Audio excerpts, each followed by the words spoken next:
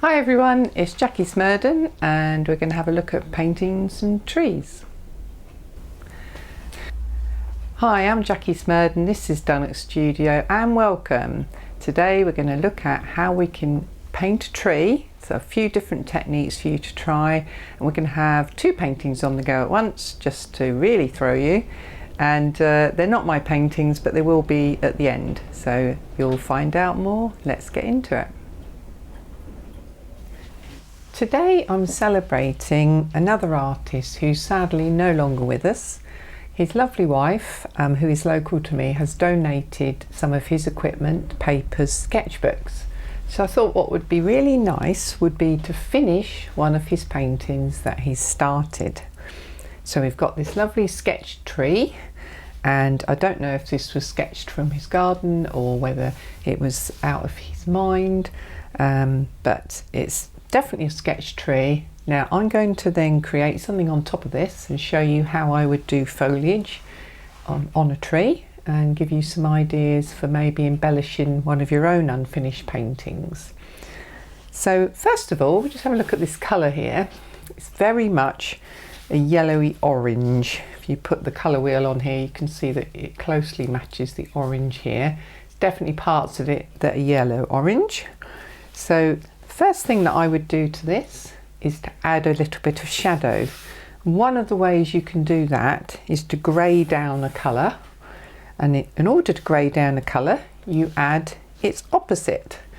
So the opposite to orange is blue, and this blue is towards the blue green and between the blue green and the blue violet. So a blue violet is very much an ultramarine type of blue. This is a blue green, which is like a turquoisey green, any of the greeny blues you see, phthalo blue, and there's the blue in the middle, which is sort of between the two. So I'm going to go for cerulean blue for this one. So I've got my palette as usual with lots of paints that were used earlier today on a workshop. So I've got my palette on the right and one of the learner's palettes here. So I've got lots to choose from, but I'm going to go for this mid blue. I think it's cerulean. Oh no, I tell a lie, this is cobalt. Well, let's go for cobalt then. So I'll show you cerulean as well. So I'm making it a tea consistency, probably needs a little drop more water. So just drop some clean water in with my pipette. That's just how I work. Keep the paints clean. So I'm going to run it down whichever side I think there should be a shadow.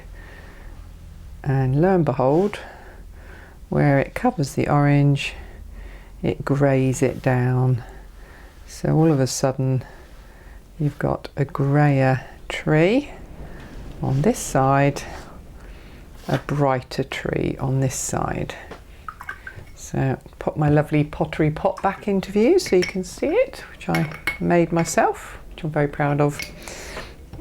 And now I've got some harsh lines here. So one of the things we talked about today was to soften any lines you put on a picture, especially like this, by going back in with a squeezed brush. So it's damp, it's not soaking wet, I've just squeezed it with my fingers and pulling it away from that line you've created. We don't mind the line on this side because it's the edge of the tree. Now some of this has gone very blue, that's absolutely fine, but if you don't like it, just blend it away a little bit.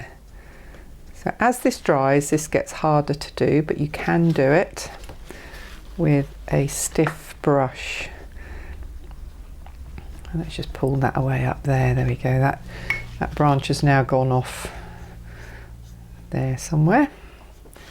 Okay, so we've now got an effect of shadow on one side, and all I did was offer up the opposite colour to orange, which is blue. So it dulls down the orange and creates a nice grey. So what would I do next to this beautiful tree?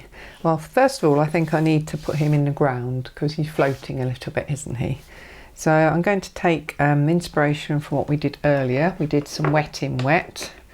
So I'm going to, in this case, get a sponge. You can buy these from craft shops, just to help you put water on in larger areas on your paper. This is cold pressed paper, it's nothing special. 300 GSM or 140 pounds. So I'm just working that water in. The tree's shape of the roots is that it's sitting on a mound, so I'm going to go with that. I'm not going to change it. I need that nice and damp. So you need to let it settle, which is obviously impossible for you to see this, but trust me, if you're doing this at the same time, you've got a shiny surface and you need to make sure you go over a couple of times to get that water everywhere. Then you let it settle, maybe only for a minute, maybe 30 seconds, just depends on the weather in your part of the world. And today here, yes, it's raining again. Mind you, if it's really, really sunny, it's quite hard to sit out here. So I've got some lemon yellow. I'm just going to drop that in around the base of this tree. Now this area, remember, is the lit side of the tree.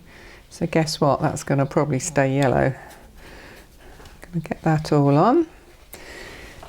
And even though it's cool and damp, I am still drying out. So there's my trusty spray bottle to help. Now I'm going to drop in my blue, which is the cobalt blue. Let it merge on the paper. It's the same blue as I put on the tree earlier, so I'm not adding anything else in here. Where it starts to merge with the yellow, we're going to get some lovely greens, quite bright greens really, but we'll see how this turns out. It's just a sketch. What's the worst that could happen? Absolutely nothing. Having a cup of tea. Right, now that's working really, really well. If you've got a wash that's still damp, which this one is, and you want to get a brush, and like me and most other people, you want to fiddle with it, that's fine. If it's damp, you can. So I'm going to pick up some blue, but instead of getting this blue, I'm going into the actual well where the colour is. So there's a little bit of water in there, but can you see how much thicker that is? This is still drying, it's got some water in it, so I can now add this thicker paint and just make some marks. We're not doing a right or wrong thing here. These might be turning into, they might be turning into bluebells. Oh, yeah, there might be some bluebells. So I'm going with my painting now. Because I've got bluebells, I might add some pinks in there. This is just alizarin crimson. Don't forget, this is still damp. I can do it. I'm just checking. Yes, it's still damp. I do have on my other palette, you can see here, a little bit of violet.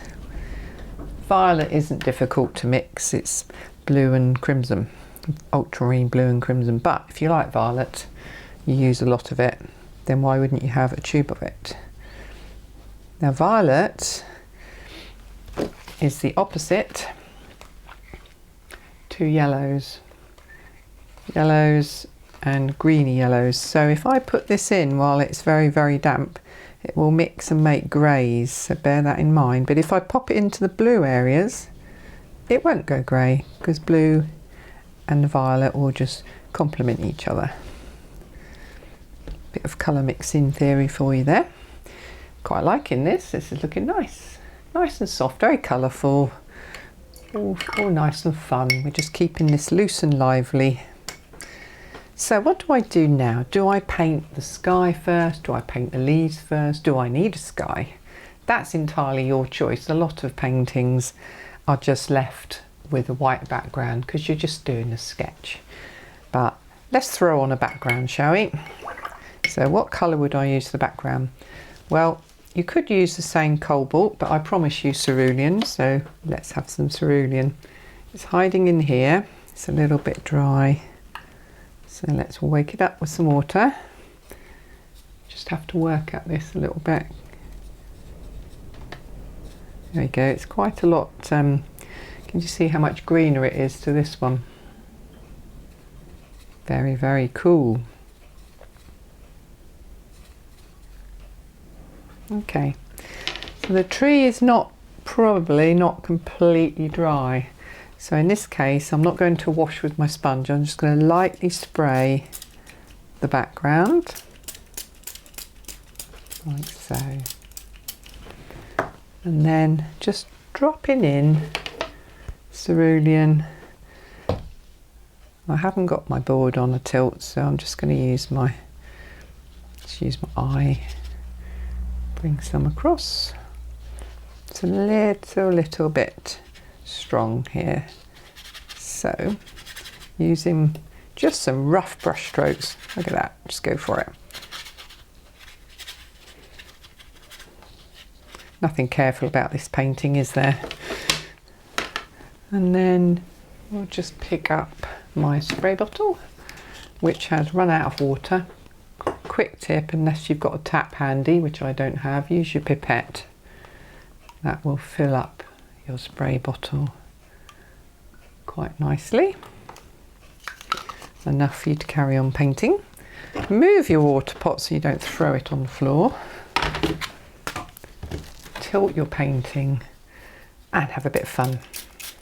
Don't be afraid to throw water on. Obviously not throw it on, but if your painting's got stuck, just run down the shadow side. That was handy, wasn't it? We want this to be very light. It's a background sky of some description. Let it go. It's now coming right across the bottom here, so that will soften this bottom edge here. If things are getting stuck like that, just get a damp brush, just tickle them across, let them go. This is not a finished painting, this is a sketch. You're having fun. Please don't worry about getting this wrong. If you think an area is too heavy, you can just pull your brush so it lifts it off. It's a nice way of adding some cloud ideas, but we're not into the clouds today. No, it's not about clouds. This is about a tree. Now, he's seated in the ground. He could do with some more detail here, but this needs to dry now because I've put water all over it. I've put a shadow on him. I've created a sky background. Need to let that dry. Whilst the other painting is drying, we're going to have a look at this second sketch that was in the sketchbook that was donated to Dunnock Studio. You can clearly see there's a tree here, some trees in the background, and a little bit of land. So using this as the basis for the start of this painting, we're going to throw paint on it wet in wet and see what happens. Now I just wanted to talk to you quickly about green paints. Some of you may well have in your paint boxes very, very bright, you can't really see it, that's interesting because the camera's changing this to quite a natural green. I can promise you it's not. It's very, very vibrant. If you know what I mean, if you've got one of these, whether it's in a little pan like this or if it comes in a tube, and it may well be called Viridian. If you have one in a tube, which I've put down and I can't find, there it is. Always lose them. Viridian, I've had this one for years. If you've got Viridian and it looks really, really bright, you're going to end up with colour like the one on the top here. So it's quite difficult to use that in a landscape. UK landscape, definitely difficult to use it. If I hold it up to the window over here where the trees are, it doesn't match anything. But by adding other colours, you can tone it down. So I've added some varieties here. I've got cadmium yellow added to it there. Down here, a lemon yellow added to it. This one had violet added to it, and this one a touch of alizarin crimson. Why am I adding these different colours? Well, I'm trying to mute this colour down so I can use it in my landscapes. So go back to our colour wheel. You've got a bright green. It could be a yellow green. Viridian's sort of a bluey green, but it's somewhere on there. So you were looking to add a red or a red-orange. You can add the side like I added violet and I added yellow, and that will also mute it down. But let's have a look at a red-orange. So what sort of things could we use as a red-orange? Well, one of the ones I've got here is Quin Gold. Burnt sienna, raw sienna, all these things all got this sort of lovely warm orangey colour. So let's just pull some of this green in and see how that mixes up. It's already turned into a much nicer green. As far as I'm concerned, this is a UK landscape. This tree was drawn in the UK, so I'm going with UK. So let's now pop that onto my swatch card. And lovely subtle green. So just by adding a goldy yellowy red, you can change a vibrant green into something you can actually use. So there's a little lesson. I like to mix greens from scratch, but if you have got a green and you've no idea what to use it with because it's too vibrant, try adding colours on the colour wheel that are opposite to green or close to opposite, and that's split complementary, and see how they change the colour of the green. So let's see if I can show you this in action by doing wet in wet on the paper. So cover the paper, keep an eye. I've got something here, it's something that's been left on the paper, may leave a very big mark when I paint, but let's go with it. So make sure that paper's really wet. Then I need a light area somewhere on here. So let's see what I've got in my palette lurking somewhere. So I've got some raw sienna here. Let me just, oh, look at that. So something has been resting on this page and has contaminated it, but that's fine, let's just go with it. Let's drop some yellows in as well. This is very wet. I'm not trying to stay in the lines of this tree. Now I'm going to drop in the greens, etc. that we had earlier. And just pick that up and drop it in. Got a nice puddle of green that has been toned down by throwing in that other colour. Just a goldy orangey colour. This is drying out on this side, so panic stations, quick spray. There we go. This side's soaking wet, the other side is bone dry. Let's just pop this on here. So pulling this down over here, right across, get onto that tree as well. Pick up that raw sienna, drop that in. That does a good job of muting the green. Doesn't have to be Quin Gold. If you haven't got Quin Gold, look for something that's yellowy orange. That's what I've used. Doesn't matter what it is. Please don't go out and buy special colours. Okay, very loose and wild, isn't it? First thing to do is make sure I don't leave any lakes, whoops, or lochs if you're in Scotland. Right, okay, so let's run some of that off. Where you get it on the edge of the tape, just take that edge off. As it dries, it stops it running back, but I don't really mind if it does. So it's a very weak colour, but this is our background. We don't need too much strength, but if you think, no, I haven't got enough colour and you want some more, this is the point you go in and drop in some thicker colour, almost straight off your palette. However, that was too thick. You can see how ridiculous that looks. So let's quickly spray that. Good old spray bottles. Look at that go. There you go. This is why you need paper that's at least 300 GSM or 140 pounds taped down. It will buckle, it doesn't matter, you can flatten it later. If you're going to have a luxurious paint experience, you go for 600 GSM and above, because then you don't have to do all this taping, you can just hold the paper. So, yep, there's lots of things in this paper that are very weird, but do you know what, we're doing a tree study. Has anybody else noticed that those trees appeared in the background? Did you see that? So guess what, they'll get incorporated. So whilst they're there and the paper is still damp, in fact it's very damp, And I'm going to go the same as we had on the other picture. Let's assume that the shadow side is on the left. So I'm not painting these by numbers. I'm just thinking that there's some trees here because they're showing up. No idea how well this will stick. And then we'll drop some more down here. Could do with some thicker colour, but we'll just go with this for now. And then pick up this one. So that was the Quin Gold I had earlier. Let's get some of that. Quite thick, as thick as I can. But I haven't got a huge puddle.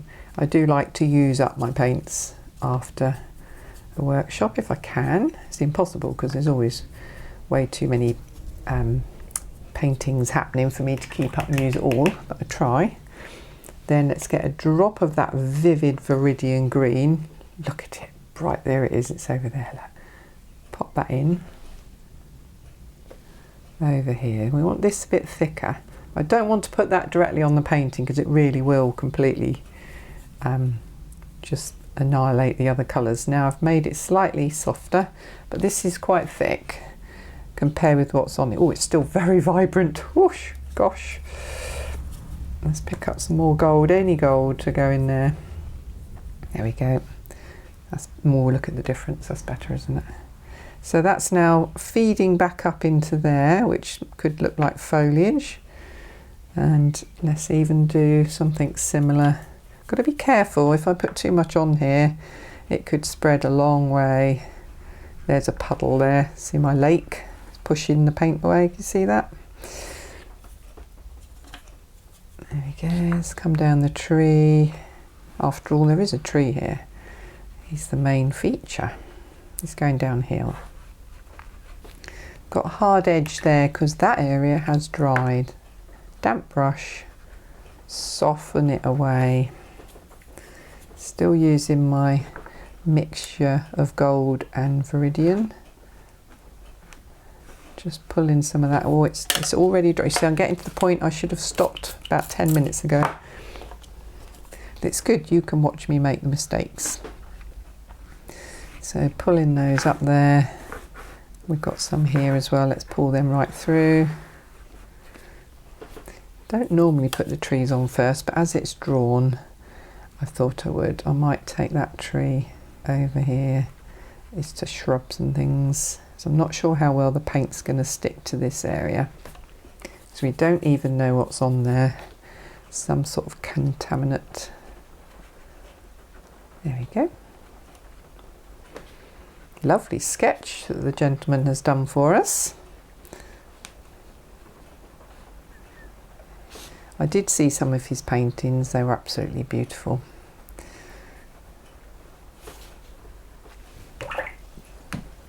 So when people donate to me, I always make sure I share all of the things with my learners, and sometimes they take them away for their own use and they make a donation. So in this case, the donations we're accumulating at the moment are for cancer research. So that is probably me done. So if you look at that, it's got a soft sheen, but it's starting to slow down. Nothing's moving. It's very, very green, but I'm quite happy with that. That's the way the painting's gone, but we've incorporated whatever was in the background because they look like trees. So they're now in there. They're definitely trees. So this one needs to dry. So this painting, the original tree, you could see there's some hard edges in the tree. So how do you get rid of those if the painting's already dry? Well, you can get a special lift out brush, which has got white nylon bristles. I'm just squeezing the water out of the tip. I'm not putting it on a towel, but I have got my trusty studio roll ready.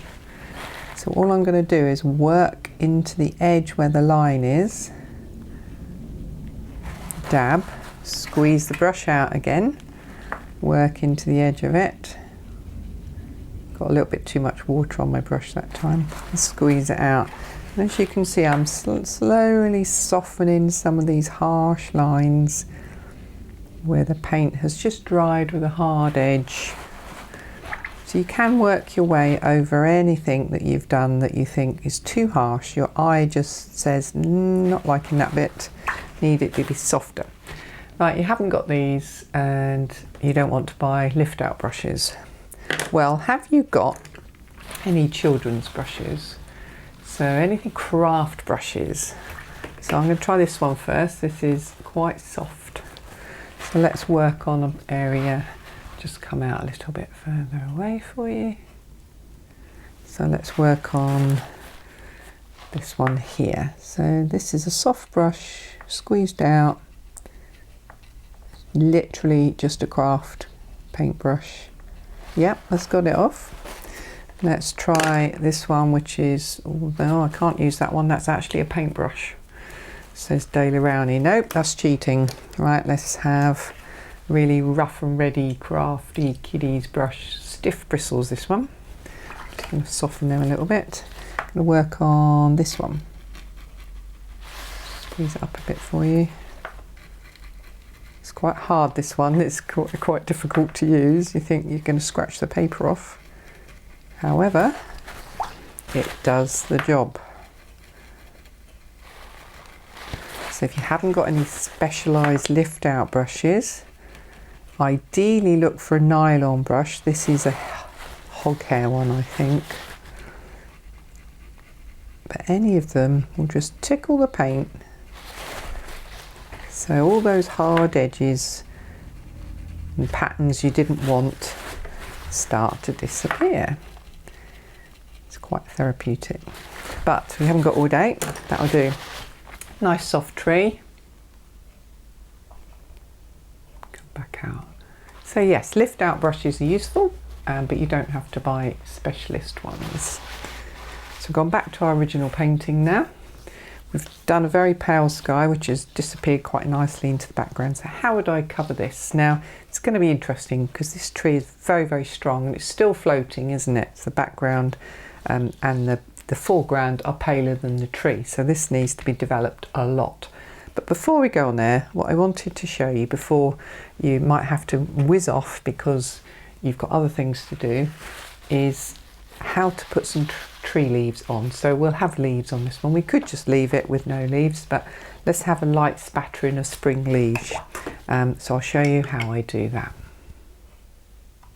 So I've moved away from the Viridian mix we were using earlier back to my blue and yellow mix, which we started off down here.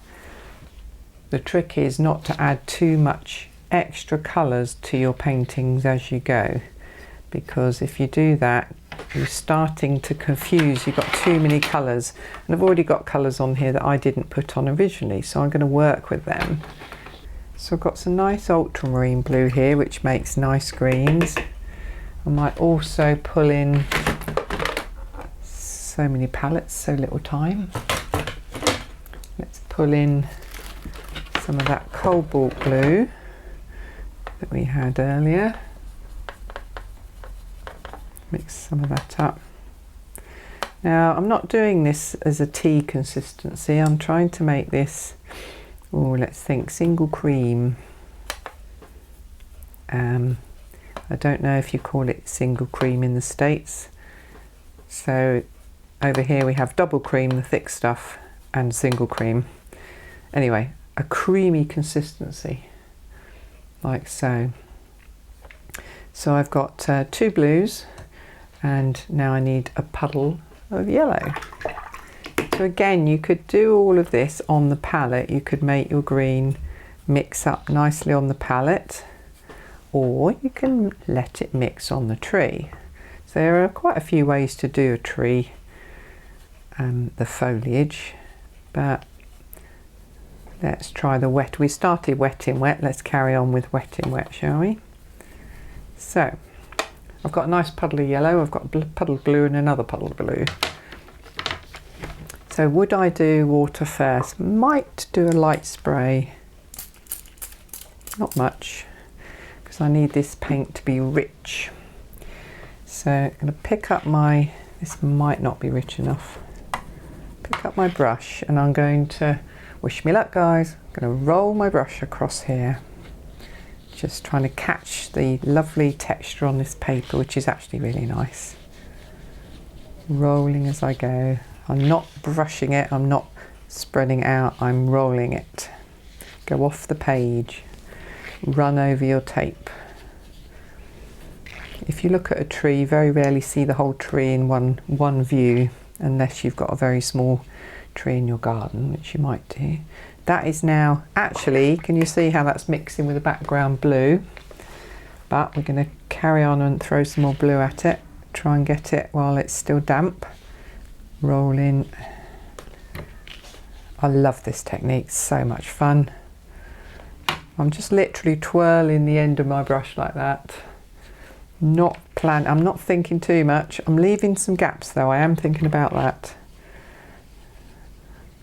Try and go over the trunk. I forgot to do that earlier. It's got to go over the trunk, hasn't it? Because there'll be foliage in front. Let's throw some yellow on there as well. There we go.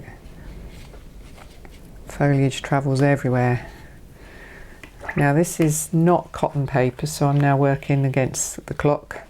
Don't want to spray too much, but let's throw some of that ultramarine in. This is the darker side, remember, so I'm just throwing some ultramarine on this side, capturing a little bit of an idea of shadow. It's all a bit of a game, isn't it? Pretending that something is there when it isn't really. Oh, liking that. At which point, what could I do? What could I do? Panic? Yes, I could panic. I could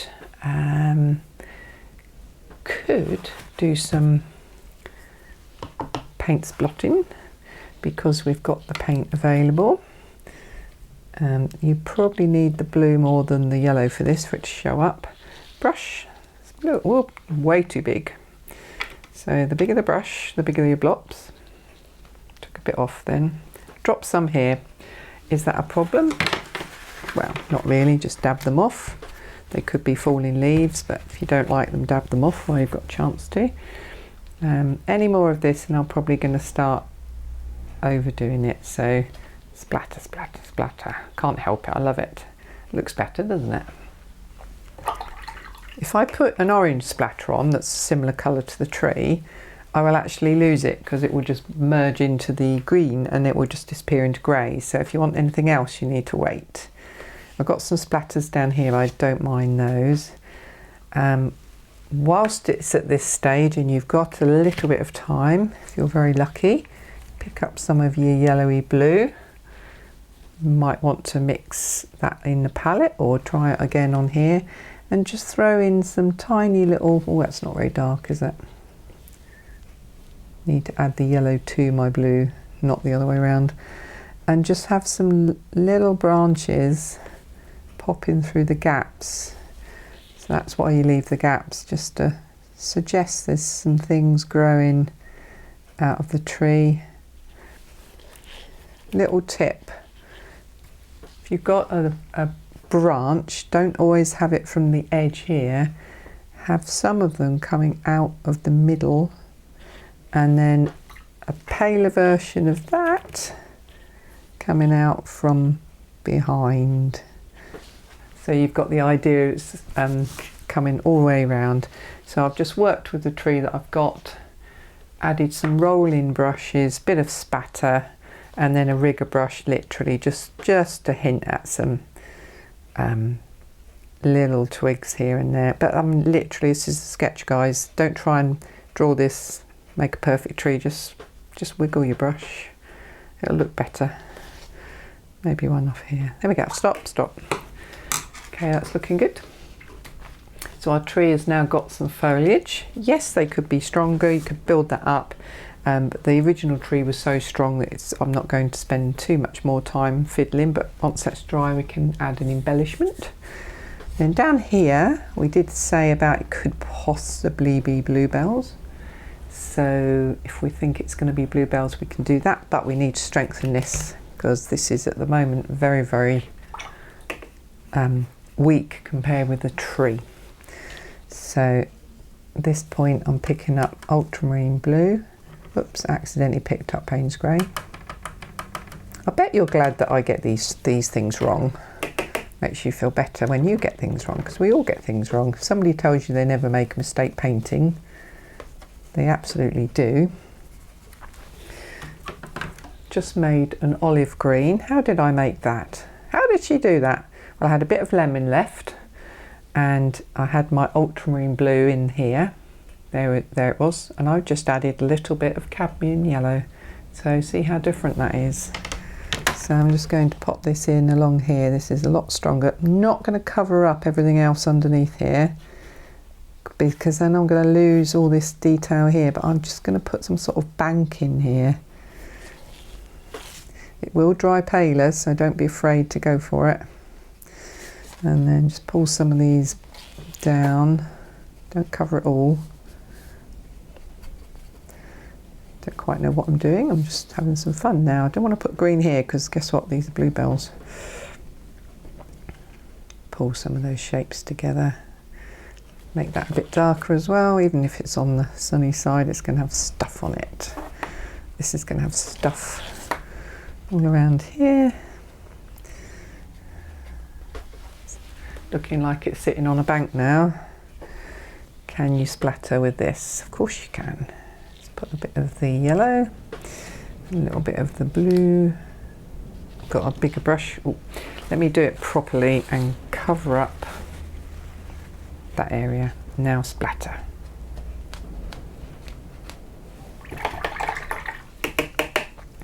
Now I'm going to splatter with the cobalt blue.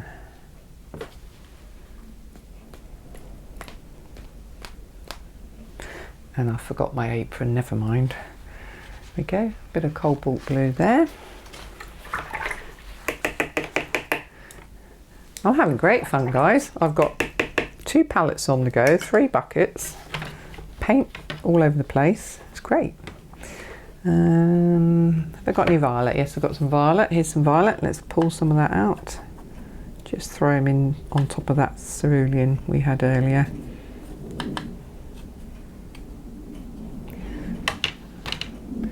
Back to covering up. You could use a piece of paper for covering up anything really. I want some more on that side though. This is violet. Not very strong. Let's just try a little bit more of the pigment.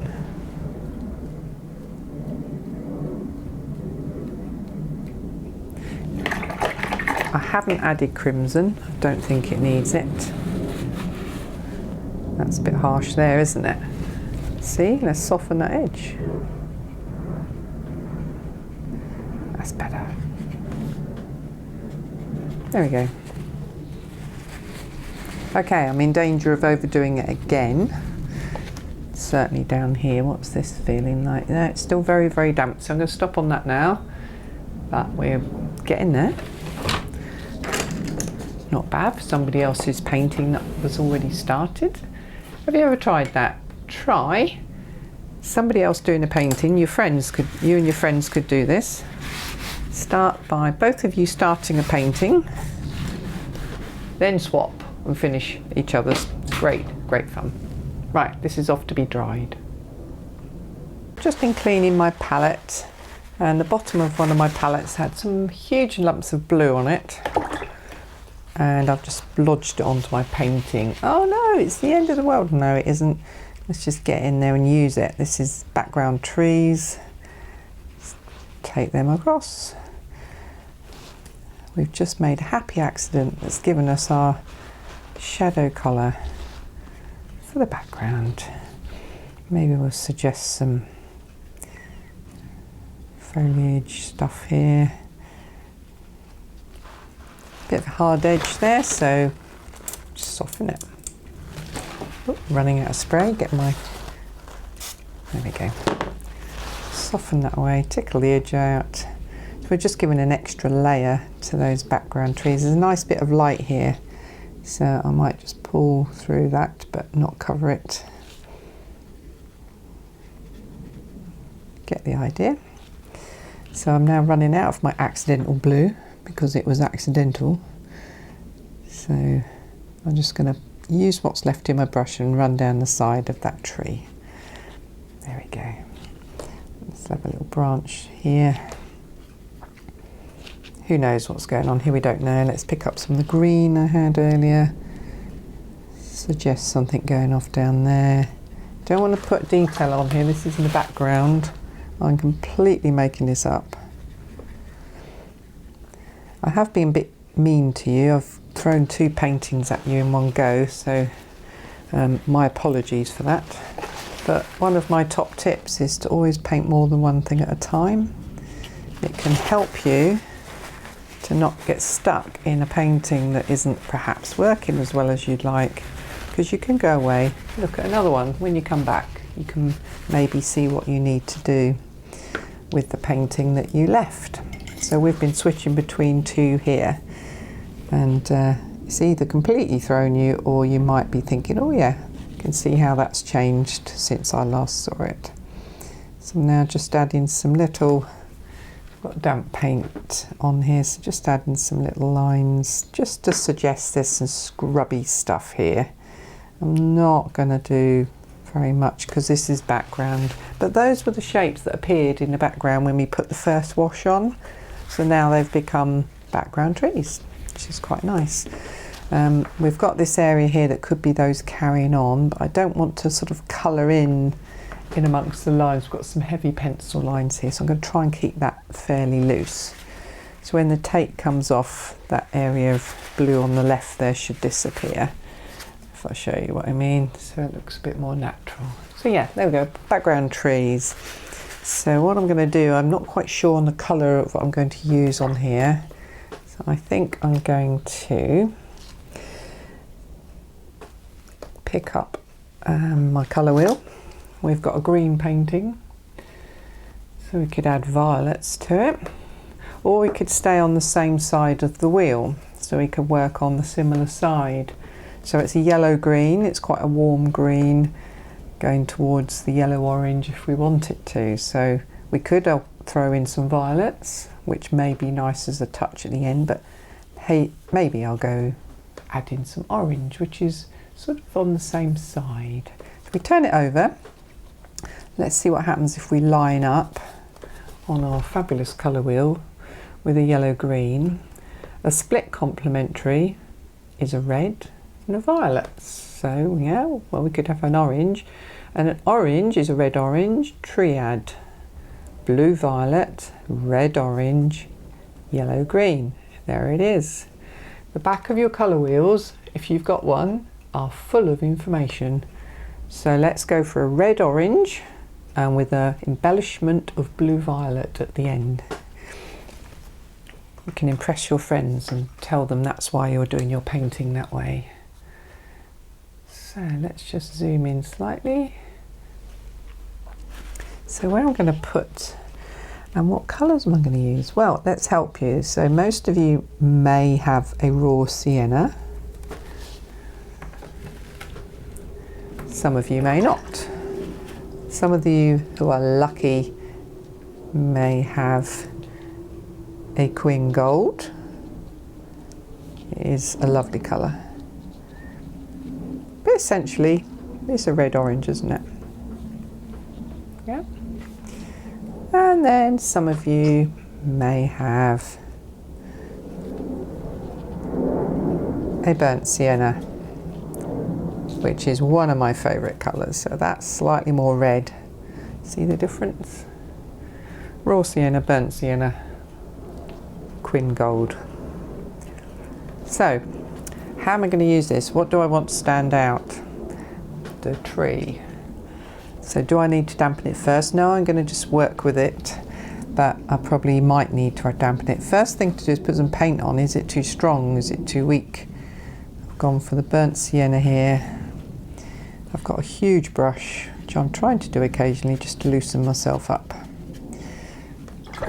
But maybe it's too big. So you pick up your next brush. I'm going to take the raw sienna up this top area, because the raw sienna is the softer. Yellow orange. Drop some quin gold in as we go. Raw sienna down here. I am following the lines because they're there, but you don't have to. Try and let your paint splash about a bit. Soften that edge there. So, but that colour is now in the background a little bit as well. It's your painting, do what you feel. If it's not working, it's not working, but you'll only know by trying things out. I've sort of gone into the landscape a little bit here. Let's pop some more in there. I'm completely working on instinct. So this is what you will find happens with you. So you really don't quite know what you're doing, and suddenly you just think, I need that, I need this. And remember, it's your painting, so whatever you think you need is what you need. There you go. So to add some interest to a tree, let's throw some salt on it. Contents of your kitchen are full of surprises. Those of you who watch my channel, you will remember I think I used broccoli, and did I use cauliflower? I might have used cauliflower. Some of you will remember that one. These trees here are sort of outlined, but you know what, I'm not going to do that. I'm going to so just have a tree crossing them here with raw sienna and a bit of burnt sienna thrown on top, just to try and break up the lines there. It's all very loose and trying to just get a feel for it. Solid tree, so just dab some out as you go. Some bits dab out. So I can add the green and the orange together to make sort of a muddy olive green. Then I could perhaps, oh, you see, I don't even know. Let's have one. Starts here. It's a bit bigger than those behind it. If you've got a sketch on there, if it's yours or somebody else's, you don't have to follow it. We are not painting by numbers. There we go. Let's just let him. It's like a bit of a dead tree, maybe.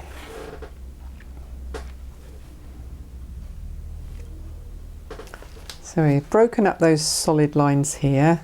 Quite like that colour of green, so I'm going to take this one across there, start breaking these pencil lines up a little bit, using a rough idea of where those lines are. But look, there's nothing here, so guess what we need? Something just there. Could be quite a big branch.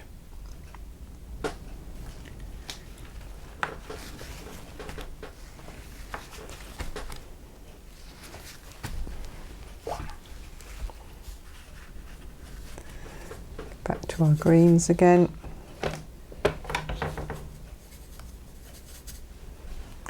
Pull them down here. Okay. Danger of fiddling too much now. What could we have here? I think this needs some warm, I don't know, warm or cool yellow.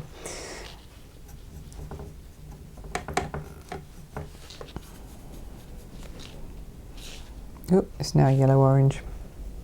It's the trouble when you run out of palette space. I'll have to come over here. Okay.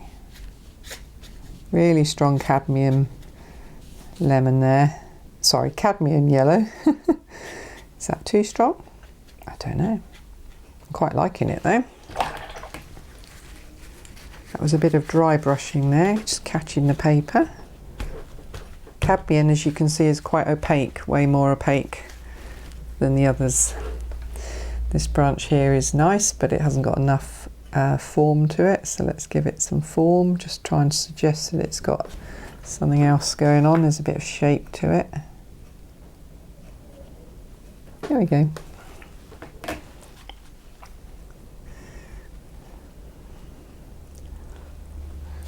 Smudge some of these.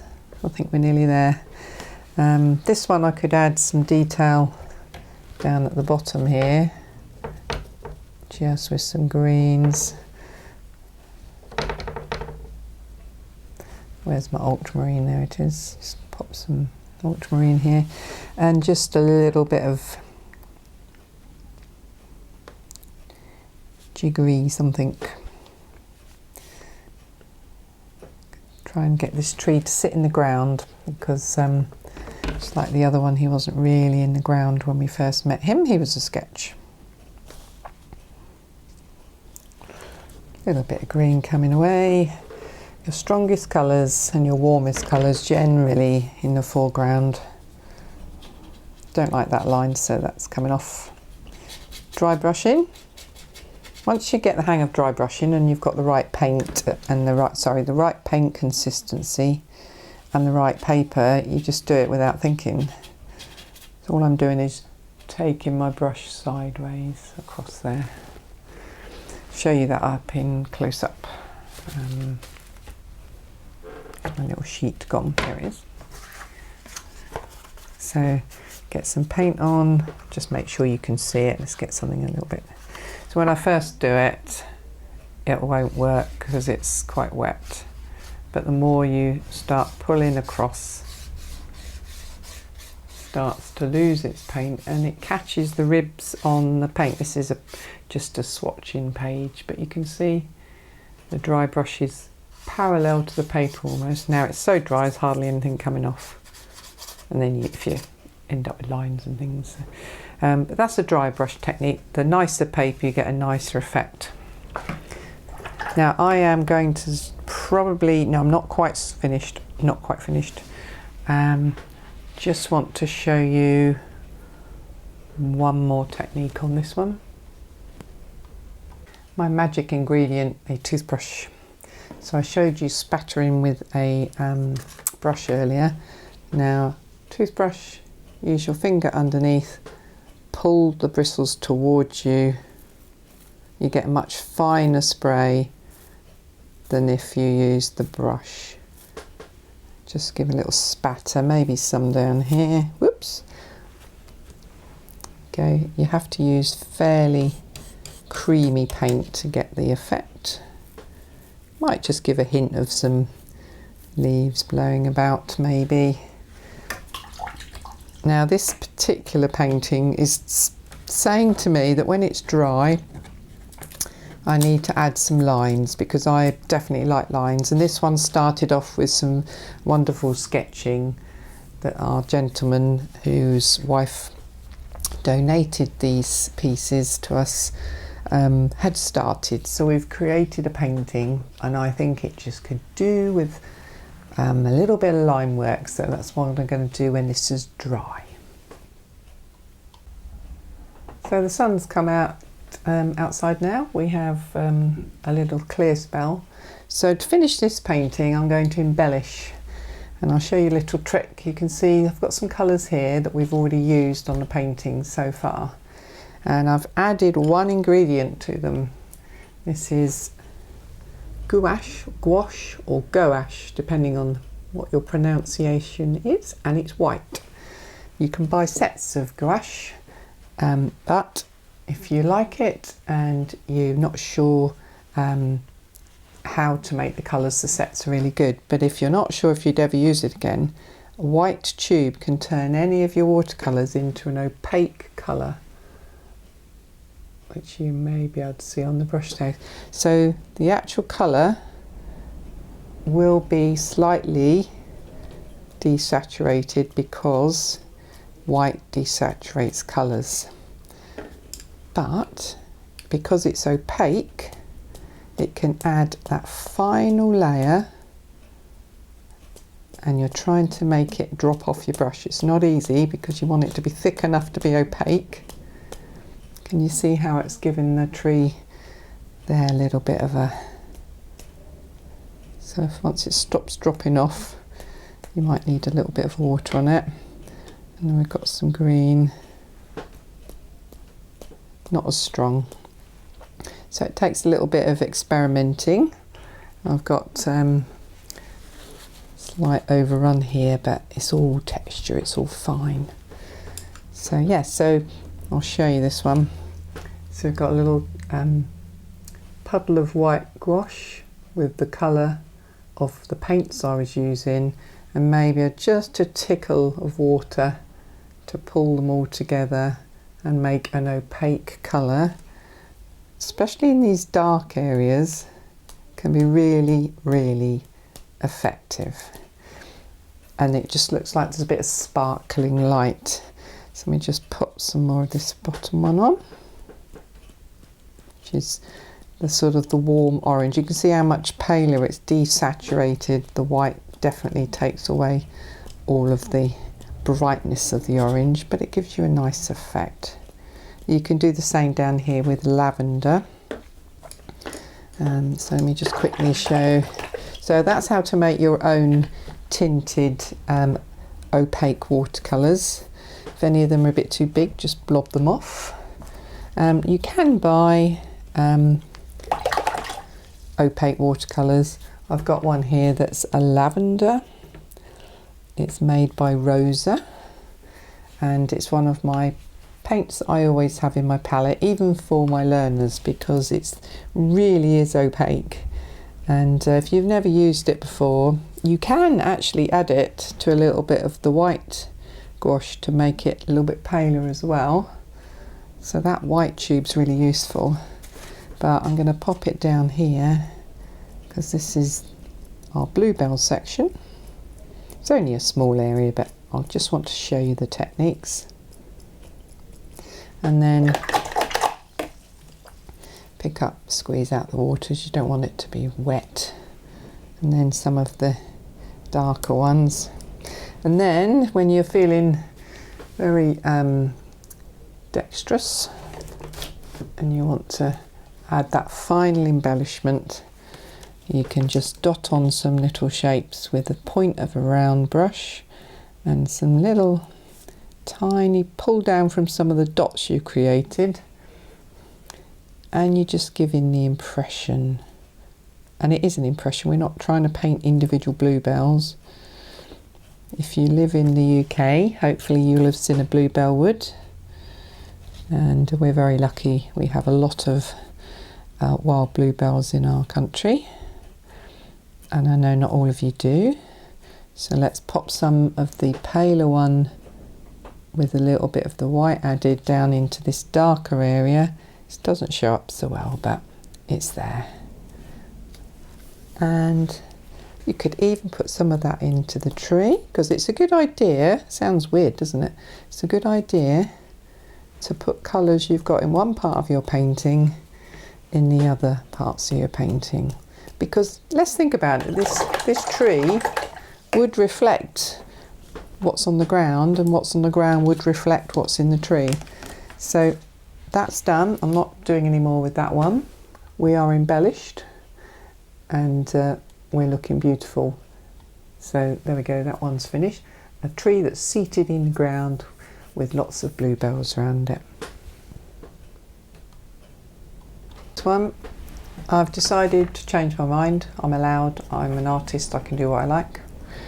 And this tree needs more strength, it needs a lot more strength, so I'm going for it. I'm going to have ultramarine blue, rich, creamy. And then I'm going to pick up burnt sienna, lovely colour. Mix them together. Look at the way the red pushed that blue off, look, did you see that? See how the two together make a lovely rich grey. Both of these colours have been in our paintings already. Now I've gone back to the red. It's a warm brown. Try not to contaminate my paints if I can help it.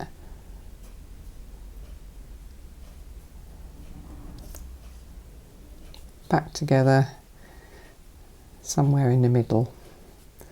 There we go. So I've got a rich, bluey, browny, reddy grey, and I'm just going to go for it. I might get some dry brushing, I might not. Keep varying the colour. This is the shady side, so too worried if it's completely covered. Back over this side. Try and drag those marks, drag, drag, drag. Dry brush, dry brush.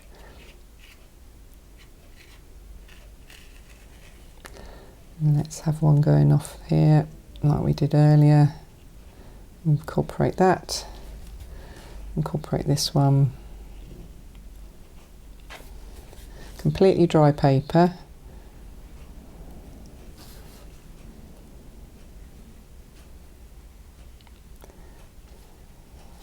It's not balanced, is it? So we got one over here. That's better. That one going off there.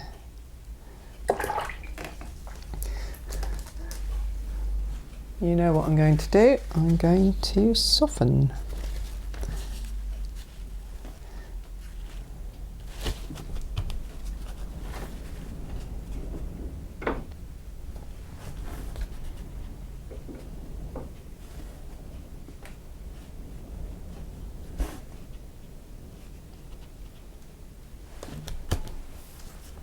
There we go. Tickle that edge.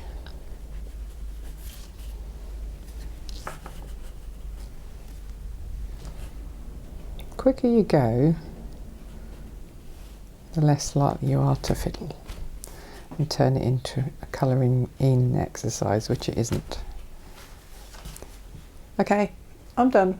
He stands proud now, doesn't he? Just maybe a little bit more here. And then there you go. There we go. So now I'm happy. It definitely wasn't quite there before. Just get my rigger brush while we've got that deep dark on there. Go with it. We're going over dry background paper. Sometimes holding your rigger like this, and I mean just go for it, just don't think about it. Think when you're doing it, you think, oh, this is a mess, it doesn't work. But when you look at it later, you think, well, it looks natural. Just let your hand wobble across the page. Obviously, going away from the tree, as if it's branching out. Just don't think about it. So have a couple coming out here. Look. If they've got holes in them, that makes them more natural looking.